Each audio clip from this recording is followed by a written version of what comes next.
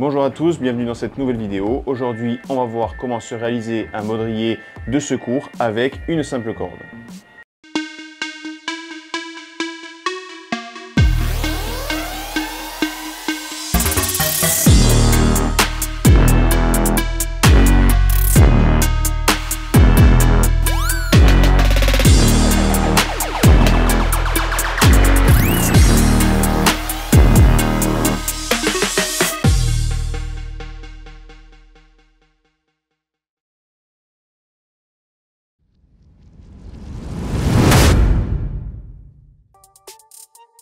Donc il y a deux méthodes différentes pour réaliser un baudrier avec une corde. Je vais vous montrer les deux et j'imagine qu'il en existe d'autres que je ne connais pas. Donc si vous avez des détails à ce sujet, n'hésitez pas à les laisser en commentaire. Je serai ravi d'apprendre et de partager ces informations. Et évidemment, donc avant de partir en montagne, si on a vraiment besoin d'un baudrier, on l'embarque avec nous.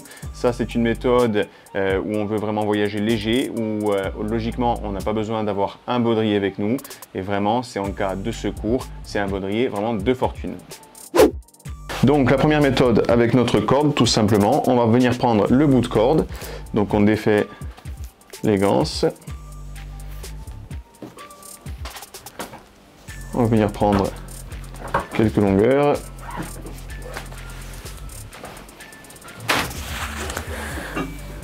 Suffisamment pour réaliser un anneau. Donc pour ce faire, on va venir faire un double nœud de 8. Ça, je vous l'ai déjà montré dans une autre vidéo.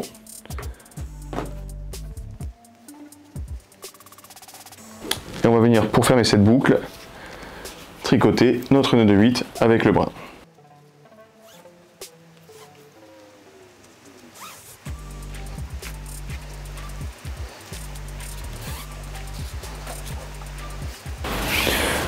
Donc on a là un anneau, comme vous pouvez le voir, qui est sécurisé. On vient bien tirer sur les trois brins de chaque côté.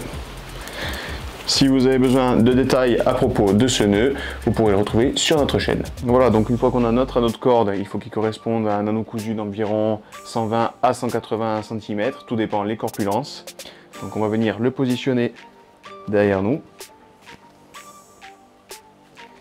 On positionne une corde au niveau des reins et l'autre en dessous des fesses.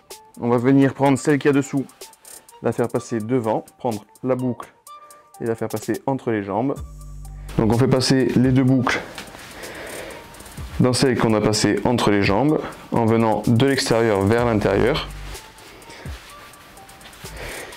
Et pour bien régler la longueur, donc on va raccourcir au maximum la sangle qui nous passe, la boucle qui nous passe entre les jambes et venir donc allonger celle qui nous revient sur les hanches. Et ensuite, pour régler la longueur du baudrier, on vient tout simplement réaliser un nœud simple avec les deux boucles qui nous viennent des hanches, 1 voire 2, ça fait 2 nœuds simples et on a nos deux pontets où on va pouvoir venir fixer notre mousqueton et notre système d'assurage ou de descente. De cette façon, on se retrouve avec un baudrier qui est équipé de 2 sangles de cuisse et une sangle ventrale avec 2 pontets au niveau central et on va pouvoir venir fixer tout notre matériel ici. Ensuite, deuxième point important, pour utiliser le reste de la corde, on va venir prendre suffisamment de longueur, réaliser un cabestan ou un nœud de 8 à ce niveau-là, avec suffisamment de marge pour pas que ça nous gêne lorsqu'on aura besoin d'utiliser la longueur de corde restante. Il s'agit bien d'un baudrier de fortune, donc qui n'est pas confortable. Il va vraiment servir en cas de secours. Avec ce système, on voit tout de même que l'on peut utiliser tout le reste de la corde pour venir effectuer une descente ou quoi que ce soit d'autre comme manipulation. Donc ce qui est vraiment pratique car on n'aura pas besoin de couper la corde pour faire un baudrier séparé. Deuxième méthode pour réaliser un baudrier avec un bout de corde d'environ 10 mètres comme vous pouvez le voir, ce qu'on a régulièrement en fond de sac. Donc l'avantage c'est que vraiment ce sera un baudrier qui sera indépendant et le désavantage c'est que si on a une longueur de corde du coup notre brin de 60 mètres, on va être forcément obligé de le découper pour réaliser un baudrier de ce type. Donc pour le réaliser, on vient avec notre bout de corde trouver le milieu de la corde. On vient la positionner dans le dos et on va venir faire des tours autour du bassin. Donc au minimum 2, suivant la longueur de votre corde. Là, étant donné qu'il s'agit d'un bout de 10 mètres, je vais même en faire jusqu'à 4.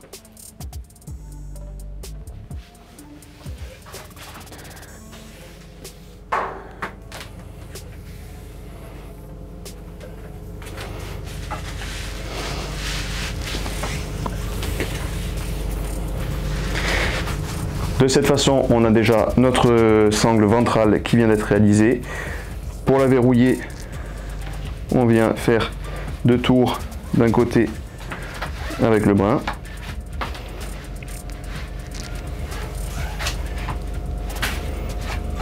Et la même chose avec l'autre brin. Ensuite, donc avec nos 2 brins restants, on vient les passer entre les cuisses et les faire revenir par l'extérieur. Pareil pour l'autre, ce qui va nous former nos 2 sangles de cuisse. Une fois qu'elles sont plus ou moins réglées, on vient passer dans la même sangle, pareil de ce côté, et on vient les régler à notre taille. Une fois que c'est bien réglé, on va venir les verrouiller. Donc on prend le bout de corde, on le fait repasser entre la sangle de cuisse et la sangle ventrale au niveau de la hanche. On fait ressortir sur le dessus, ce qui nous forme une boucle en partie basse, et on vient le repasser dedans. Et ensuite, on verrouille. Et la même chose de l'autre côté.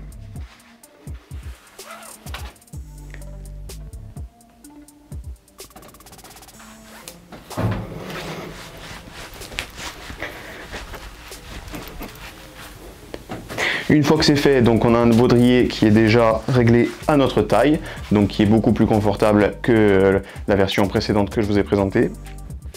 Là maintenant qu'on a nos 2 bouts de corde, on va pouvoir venir soit verrouiller à ce niveau-là et se servir de la sangle ventrale pour venir se sécuriser, soit mieux, venir prendre les 2 cordes et former un 8 double à ce niveau-là.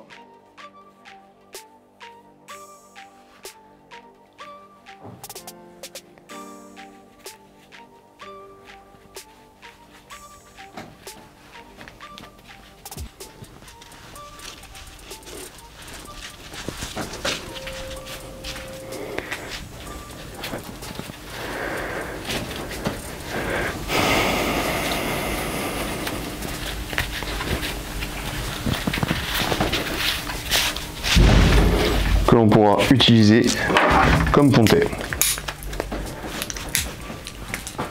Donc avec cette deuxième méthode, on a un baudrier qui est tout de même un peu plus confortable, surtout au niveau du bassin et des hanches, et qui sera beaucoup plus réglable au niveau de la corpulence de chacun. Voilà, si vous avez besoin de plus de détails ou si vous avez des questions, n'hésitez pas à les laisser en commentaire. Je pense avoir fait le tour du sujet au niveau des baudriers de secours. Pour rappel, il s'agit bien là de baudriers de secours, de baudriers de fortune, donc que l'on utilise vraiment qu'en cas d'extrême nécessité. Sinon, évidemment, vous aurez toujours un baudrier ultra light qui sera en fond de sac, ce sera toujours très pratique et évidemment, ça ne prendra pas beaucoup de place et ce sera léger.